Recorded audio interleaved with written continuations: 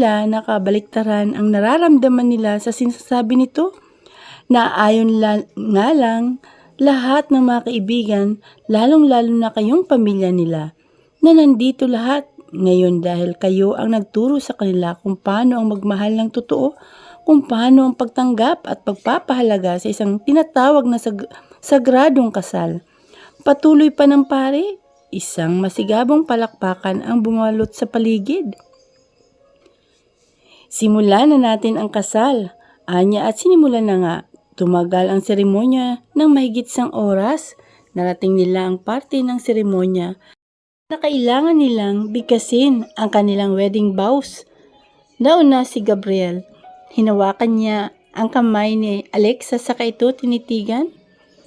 Alexa, alam kong hindi madali ang journey na tatahakin natin. But I promise to take care of you, to respect you, and to love you. And the best way I can do.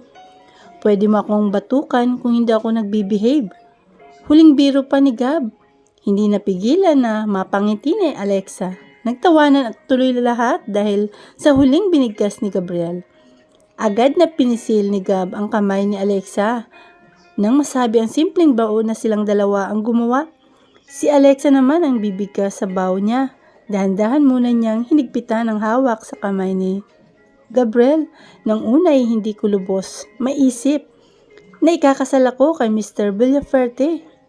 Ang lalaking lahat ata ng kababaihan ay pinapangarap. But here I am, ngiti na may halong kaba na panimula ni Alexa. I know I'm not a perfect person, either to be your perfect wife, but I assure you to do my best to be a good wife, friend, and companion to you.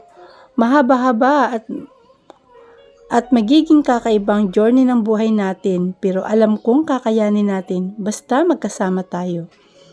I love you. Buong ting pagtatapos niya. Alam nila parehas na nagawa nila ng mabuti ang part na yun bilang pagpapanggap. Ngayon mula sa makapangyarihang ipinagkaloob sa akin ng simbahang Katolika, ay masasabi ko ng ganap na kayong mag-asawa. Wika pa ng pare. Pwede mo nang halikan ang iyong asawa. Huling bigkas pa ng pare. Nagkatinginan silang dalawa.